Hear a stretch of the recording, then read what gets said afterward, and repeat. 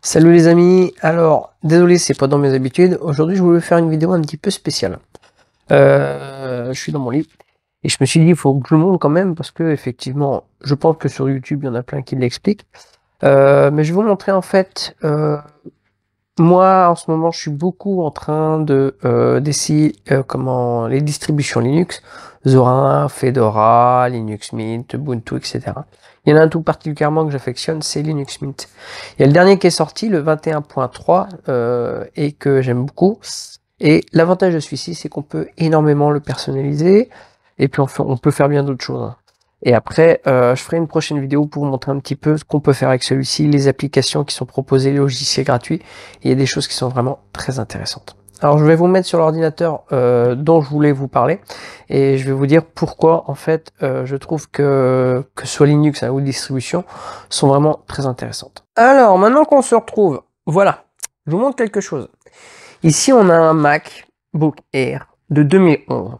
Pour ceux qui le savent, les Mac arrivés à un certain âge, on a ce problème justement de mise à jour au niveau des logiciels. On peut avoir aussi des soucis par rapport au matériel. Enfin, c'est un peu plus rare, mais voilà. Et la personne qui l'a en fait ne peut plus rien faire.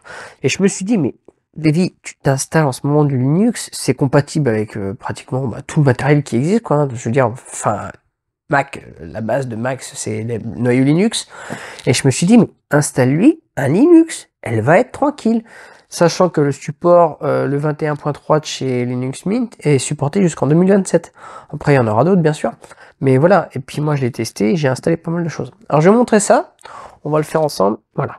Hop, voilà, un petit MacBook Air. Alors, celui-là est de 2011. Alors, c'est marqué, le modèle, c'est le A1369. Voilà, pour ceux au cas où qui me poseraient la question. Alors sur celui-ci, j'ai installé Linux Mint, j'avais le 21.2 et j'ai installé la mise à jour vers le 21.3. Alors voilà, bon, ça éclaire un peu la gueule. Alors il est un peu long au démarrage parce que je pense qu'il faudrait changer le disque. C'est un disque de base qui était de 128 Go. Heureusement que ça reste quand même léger Linux. Mais en tout cas, ce qui est intéressant, attendez, je me rassois. Ce qui est intéressant, bon, une fois lancé, ça fonctionne super bien. C'est que voilà quoi, ça permet de faire revivre un MacBook qui au final serait parti, alors peut-être pas à la poubelle, mais voilà, elle voulu être revendue pour voilà parce que la personne ne pouvait pas l'utiliser. Et au final, je lui ai redonné une seconde jeunesse. Et voilà, je pense qu'elle va être super contente. Voilà. J'essaie de rabaisser un petit peu la luminosité que vous puissiez voir. Voilà, parfait, ça démarre. Après ça marche bien. Voilà. Alors j'ai baissé la luminosité. Voilà, nickel. Alors bon, je vous ferai une vidéo de toute façon sur Linux, hein, mais vous voyez, bon voilà, on a pas mal de choses qui sont très intéressantes. Alors quel est l'avantage de Linux Mint? Déjà, c'est que c'est compatible avec tout matériel, c'est fluide, ça fonctionne bien, on a beaucoup d'applications voilà, qu'on peut utiliser à l'heure d'aujourd'hui. Alors si ça vous freine, franchement, foncez, parce que au niveau application, c'est pas ça qui manque, surtout sur Linux Mint, ou même sur de toute façon les distributions Linux à l'heure d'aujourd'hui. Il y a beaucoup de distributions qui sont très modernes et qui fonctionnent très très bien.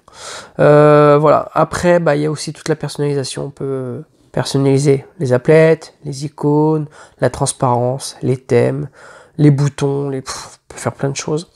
Il y a plein de choses qui sont gratuites, mais ça je vous ferai une autre vidéo parce que voilà, c'est pour vous dire que voilà, si ça vous intéresse, en tout cas moi c'est ce que je vous propose, c'est un Linux Mint. On va aller chercher les systèmes information. Voilà, je vous montre ça pour vous voyez que je vous mens pas. On est bien sur le Linux Mint 21.3, d'accord. Là on est bien sur un disque dur de 121 Go, un Intel Core i5, voilà. Et le noyau Linux, le générique, c'est le 5.15.0.91. Et là, on est bien sur une version de Cinnamon, la 6.0.4. Voilà. En tout cas, super. Ça marche très très bien. Pas de problème de pilote. Alors, pour vous dire, moi, ce que j'adore sur Linux, c'est qu'on a beaucoup de choses. Et par exemple, un truc tout con, vous voyez, là, j'ai mis la radio, j'ai mis... on peut mettre plein de radios, hein. Vous voyez, j'ai plein de trucs, regardez. Hop. Voilà, on a la radio. C'est nickel, c'est parfait. On a des applications qui nous permettent de créer des bibliothèques audio directement via YouTube. Voilà, on peut tout ranger, on peut tout... Moi, je trouve ça génial, quoi. C'est des trucs que vous trouvez pas sur Windows, quoi. Ou alors, faut vraiment les chercher. On a des applications comme... alors, moi, je connaissais YouTube Downloader. Celui-là, c'est comment le même. Sauf que l'avantage, c'est que vous n'êtes pas limité. Et en plus de ça, vous pouvez télécharger des playlists entières. Moi, j'ai téléchargé plein de playlists pour les enfants, des dessins animés, des musiques. Enfin, il y a plein de choses. On a la télé qui est directement mis par défaut. Voilà, ça s'appelle Hypnoptics TV. Moi, je l'ai renommé parce qu'avec le nouveau, on peut renommer les trucs. Et c'est pareil, vous allez voir, c'est génial. Ici, vous voyez, on a 232 films et en chaîne, voilà, on a combien 1584.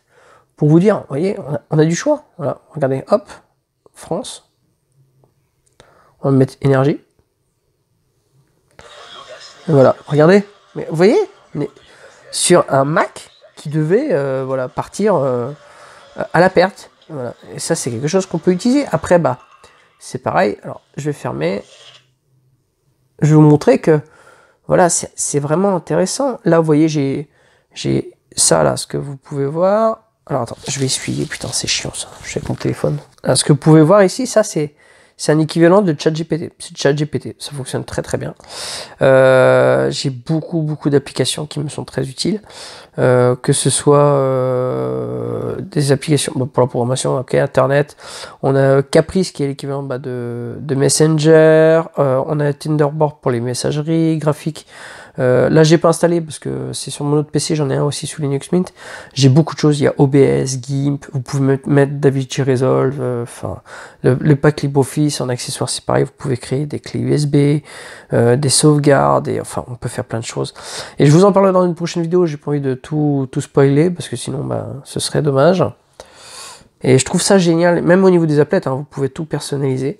Alors voilà, vous voyez, on a des choses qui sont très récentes. On a du Skype, du Telegram, du Zoom, du Dropbox, du Snapchat, on a même des jeux. Moi, j'ai installé des jeux pour les enfants, c'est excellent, quoi. Ils s'éclatent.